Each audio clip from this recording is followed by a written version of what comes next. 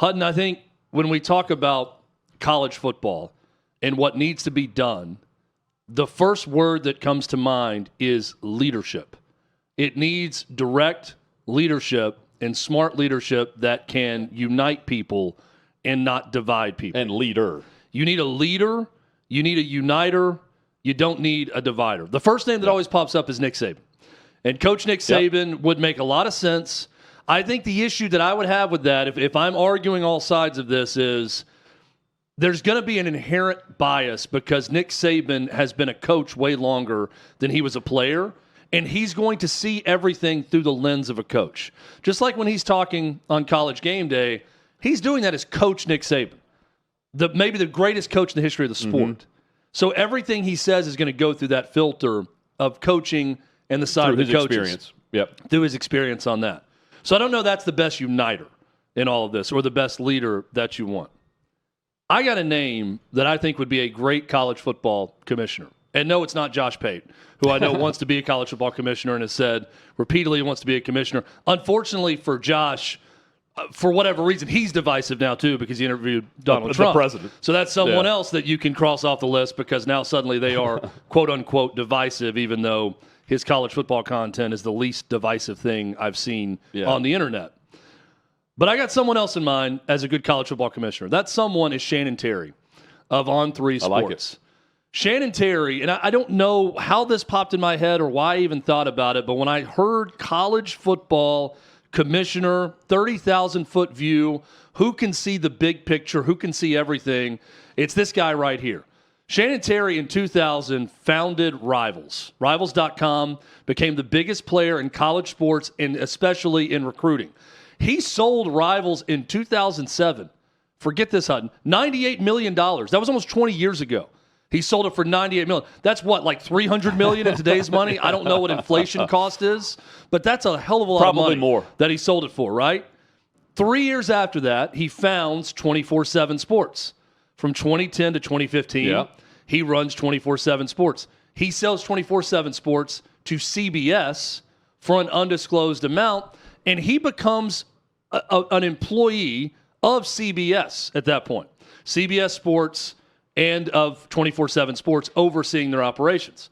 I say that because, okay, CBS, a big partner of college football, a major network. So that's another part of his experience that to me would make a lot of sense.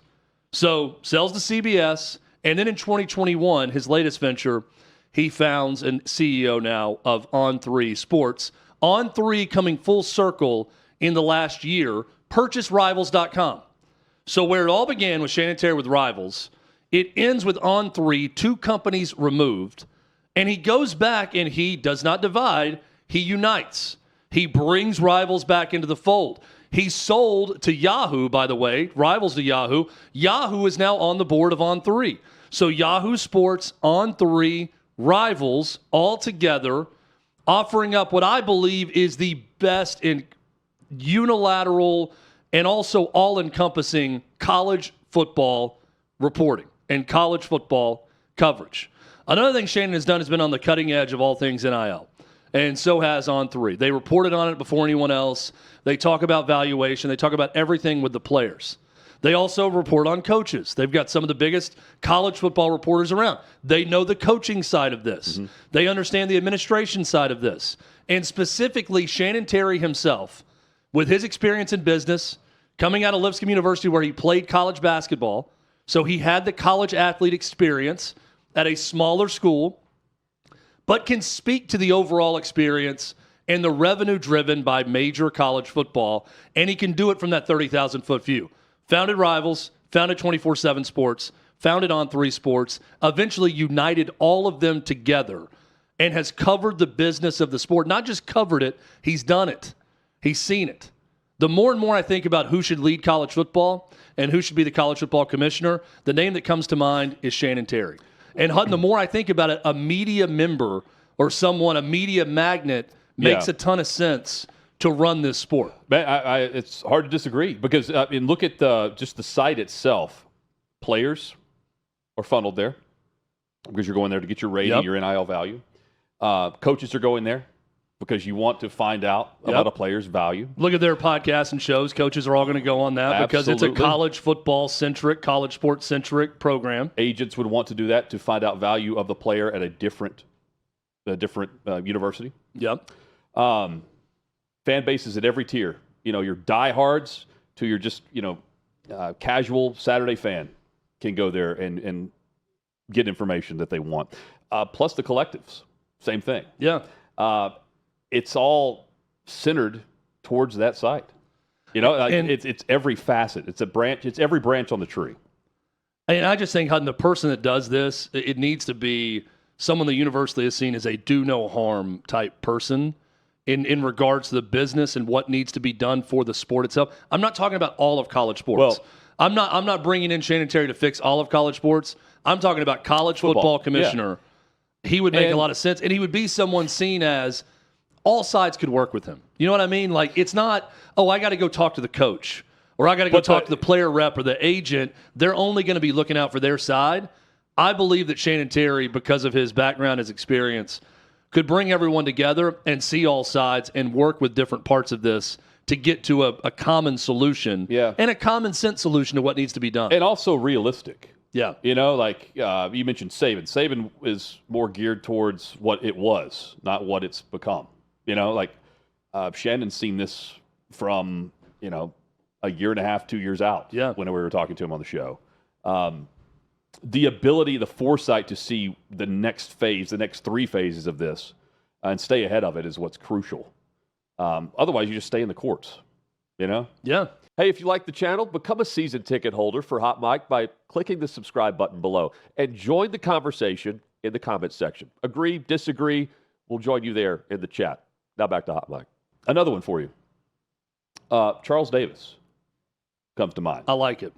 Charles Davis, a solid candidate because most people only see the broadcaster, but his executive resume is actually more aligned with the commissioner's role than almost any media personality. If you're looking for someone who can bridge the gap between the locker room and the boardroom, here he is. He would not be just a figurehead. He would be a guy who knows how to actually run an office. And I think that would be more Saban, would be figurehead than running the office, the business side of things. He wouldn't hesitate to call a huge list of connections and ask for advice. He was the assistant athletic director at Stanford at one point, the director of the U.S. Olympic Training Center, which manages a massive high-performance athletes across every discipline. He was the director of the PGA Tour for the Disney Golf Classic. That matters because if you're running a PGA event, it's about corporate hospitality, sponsorships, logistics. I mean, he's done the business side of this, and he understands conference politics that currently drive the sport. Chad, I think as far as Charles Davis is concerned, I don't think a lot of people know his business background, his business acumen with this. And when it's all said and done, he's one of the best candidates for this just based on the fact that he can sit in a room and connect with literally anyone, including an 18-year-old kid, because he's the voice of Madden. There are ways to lead. I think you have to be certainly you have to be able to speak the obvious, break the bad news too, a diplomat, but also understanding, and relatable. I think that's crucial right now because you have to sit across from a TV executive, a passionate fan base, presidents, and be able to speak fluently all those different languages. And I think Charles is one of the few that could do this. Of course, Shannon's a great example as well. But I think it would be he's a business guy who also would not forget how to reference the soul of an old school player. I think that's crucial with whoever they end up with leading this. Level-headed, and he's a Tennessee guy. I don't think you would find. I think he would be very similar to that of or the way he tries to be Herb Street with Ohio State. Yeah, he'd be fair. for the future of college football without losing the heart of the sport. You know, I think that's critical with whatever direction they choose to go. And I mean, that they're having a college sports council this afternoon. Buckle up. It's going to take several meetings like this, not just an hour or two, to get everyone's voice heard on it. Well, and we say all the time, perception is reality when it comes to these things. Yeah. And you have to have someone that at least has the perception of impartiality on all things. Yep. And I think impartiality politically in today's climate is important for this role, simply because, and I'm not saying that, you know, some diehard Republican couldn't be great at this job or a diehard Democrat couldn't be great at this job. That's very politically active. They absolutely could. But we know how that's going to go from a perception standpoint because of how divided we are politically. You need someone that is almost apolitical in that spot. And when 100%. I think about that, I think Shannon Terry is very apolitical, and I think Charles Davis is apolitical. Condoleezza Rice is not apolitical. Right. Could Condoleezza Rice do a good job as college football commissioner? Probably. Yeah. I think she's a very smart woman with a good background in sports and all that, and has served on the committee. Could Clay Travis do a good job doing this? Yes. But we know what the perception of Clay Travis is going to be, and it's not going to be that he's apolitical on it. So you've got to find that balance of, and I think Clay would do great leading just about anything. Right. But for perception being reality, I think it would be important now if you're going to lead the sport, and I completely understand most of your college football fans lean right, and some far right for sure, but you still got to have that perception that this is an apolitical spot, that you're not trying to pull strings for one party or the other, not just and party. that you actually have the best interest of college football conference or in the mind. other. Correct. Yeah. Pulling the strings for one conference or the other would be crucial. Man, what about David Shaw? He came to mind. I'm trying to think about a coach who... Right. I just think that those are great coach examples. Like him, Nick Saban, those are all really good guys and good examples. The more I think about it, Hutton, I think the perception is always going to be, and it's probably true, that they're going to see everything through the coach's lens. And I don't know that you need that if you're trying to do what's right for everybody. It's got to be institution, it's got to be education, it's got to be coach, it's got to be player, it's got to be athletic department, it's got to be conference if you continue with the conferences. Yeah. It's got to be someone, media, rights holders. As long as someone who can see all of that and see all perspectives. As long as they're able to delegate, though. Like delegate to know what they don't know. Yep. You know? It's going to take compromise. And this is what I keep coming back to, why I'm so cynical about it. Who's the bridge? Who's going to compromise, though? Like those that have the power right now and the money, it's going to take a compromise and taking less from Tony Petitti or Greg Sankey. I don't see that happening. And by the way, I'm not here to blame them for that because that's not their job. They're doing their job. But it's going to take someone giving something up. And how often do people give things up for the greater good when they have power and money? Not very often. No, they don't. Not very often, not just in the U.S., but in the world. That's not something people with the money and the power typically do. And I just don't – I'm skeptical because I don't think it's going to happen in regards to those two conferences right now. We're looking for our George Washington is what you're saying. We need our George Washington who steps out of office when it's time. Yep. He said, I will not become a king. I will not. I will not. I know everybody wants me here. The President people love sounds me. just fine. I could stay here until death, but I will serve my 2 terms, and I will exit stage right. And I'll go back to my farm.